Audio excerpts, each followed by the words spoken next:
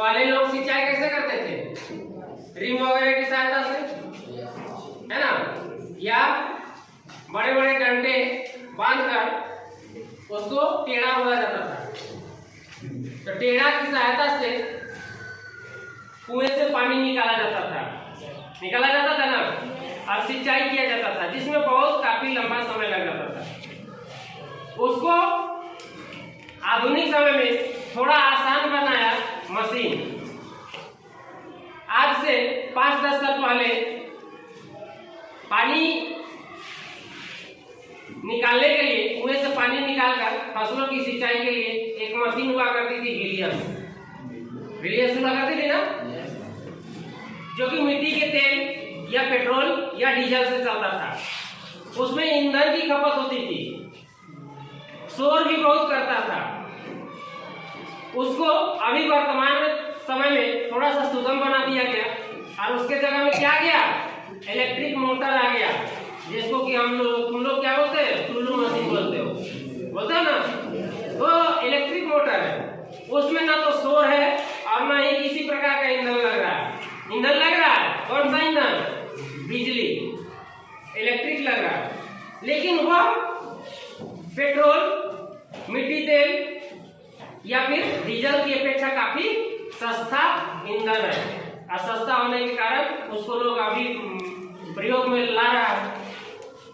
तो जहां पहले रिंग से या टेढ़ा से जो खेत को सिंचाई करने में 2-3 घंटे लग जाते थे, अभी मशीन की सहायता से महज 15-20 मिनट, आधे घंटे में ही सिंचाई हो जाती है। होती है ना? होती है कि नहीं? यस सर, होती है।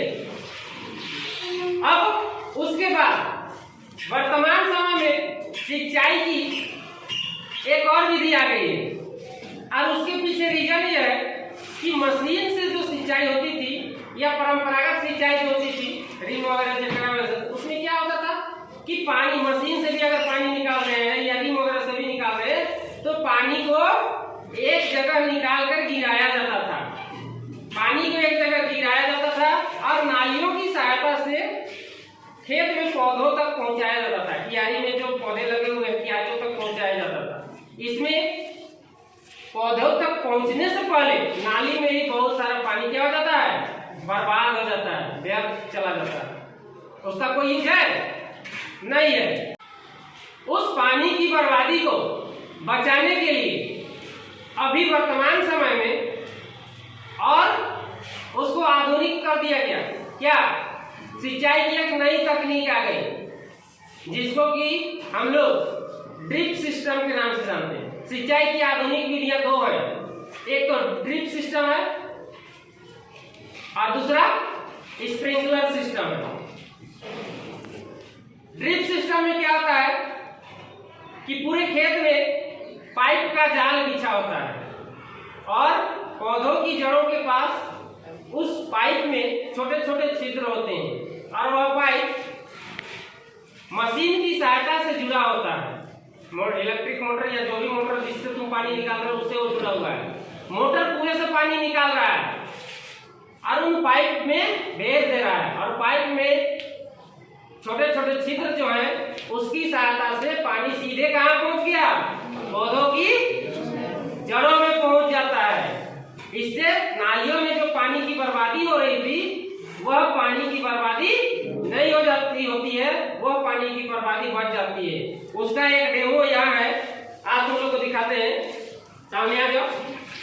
देखो यहाँ पर ये समझ लो तुम्हारा कुआं है या ये सिंटेक्स है।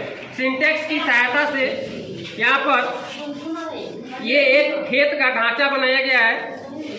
ये समझो सिंटेक्स है तुम्हारा। सिंटेक्स से ये पाइप बिछा हुआ है जो कि तुम्हारे खेत के देखो जड़ के आसपास से गुजरा है ना।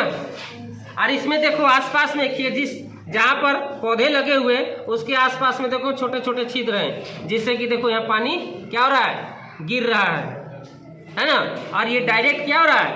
पौधों की जड़ों तक पहुँच रहा है। अब बताओ कि अगर हम नाली से ले जाते तो कितना पानी लगता ना, वो बर्बाद होता। तो उस बर्बादी को यह क्या कर रहा है? बचा रहा है। तो इस विधि में जिसमें कि पाइप की सहायता से पानी सीधे पौधे की जड़ तक जा रहा है, उसको कौन सी विधि बोलते हैं? Drip system. यानी कि वो ड्रिप मतलब क्या होता है? बूंद, पानी बूंद बूंद करके पौधों की जड़ों पर गिरता रहता है। हटो, ये पहली विधि है। और दूसरी विधि क्या है? स्प्रिंकलर सिस्टम है। स्प्रिंकलर सिस्टम में क्या होता है कि खेत में पाइप का जाल, जैसे कि ड्रिप सिस्टम में जितना जाल बिछा हुआ है उतना जाल बिछाने का जरूरत नहीं है, बहुत कम जाल बिछा हुआ रहेगा और जगह जगह पर पानी का फव्वारा लगा रहेगा। जैसे मान लो अगर यह तुम्हारा खेत है तो ड्रिप सिस्टम में क्या होता था? हर लाइन में पाइप बिछाना पड़ता था ना हर पौधे के पास, और वहां पर छिद्र होते थे। तो इस प्रकार इस ड्रिप सिस्टम में बहुत सारे पाइप बिछाने की जरूरत पड़ती थी। लेकिन जब स्प्रिंकलर सिस्टम आया तो स्प्रिंकलर सिस्टम में बहुत कम पाइप की आवश्यकता है। इसके खेत को एरिया वाइज बांट दिया गया और इसमें एक पाइप लगाकर, जैसे यहाँ पर अगर हम एक स्प्रिंकलर लगाना है और यहाँ एक स्प्रिंकलर लगाना है, एक स्प्रिंकलर यहाँ देना है, यहाँ देना है, इसका एक एरिया होता है कि अगर वह इतने क्षेत्र में पानी को फैला सकता है तो इसका एरिया को पहले डिवाइड किया जाता है कि कितने क्षेत्र में वो पानी को फैला सकता है। अब बचा बीच वाला भाग, तो इस बीच भाग में नहीं पहुंचेगा तो यहाँ भी एक डाल दिया जाता है स्प्रिंकलर सिस्टम, यहाँ भी डाल दिया जाता है और इसको पाइप के माध्यम से कनेक्ट किया जाता है। देखो पहले जहाँ 8-10 पाइप पीछे होते थे, यहाँ सिर्फ 3 पाइप में ही हो गया और यहाँ पर 3 पाइप में इन डॉट्स जहाँ लगे हुए हैं उसके जगह पर क्या लगा दिया जाता है? स्प्रिंकलर लगा दिया जाता है। स्प्रिंकलर करने में फव्वारा, जहाँ से यहाँ से अगर हम पाइप सप्लाई करते हैं तो यहाँ पर फव्वारा लगा हुआ रहेगा, है ना, वह रोटेट करके घूम घूम कर पानी को क्या करता रहता है? फैलाता रहता है। और अगर इतने बड़े क्षेत्र में वो फैला रहा है ना, तो ये भी इतने बड़े क्षेत्र में हर आसपास के अपने एरिया को क्या कर रहा है? वो घूम घूम कर पानी को क्या कर रहा है? फव्वारे के रूप में फैला दे रहा है, जिससे कि और भी कम समय में खेतों की सिंचाई की जा रही है। इस विधि के द्वारा, ड्रिप सिस्टम के द्वारा और स्प्रिंकलर सिस्टम के द्वारा पानी की बहुत ज्यादा बचत होती है, मतलब बहुत कम पानी में ही खेतों की सिंचाई हो जाती है।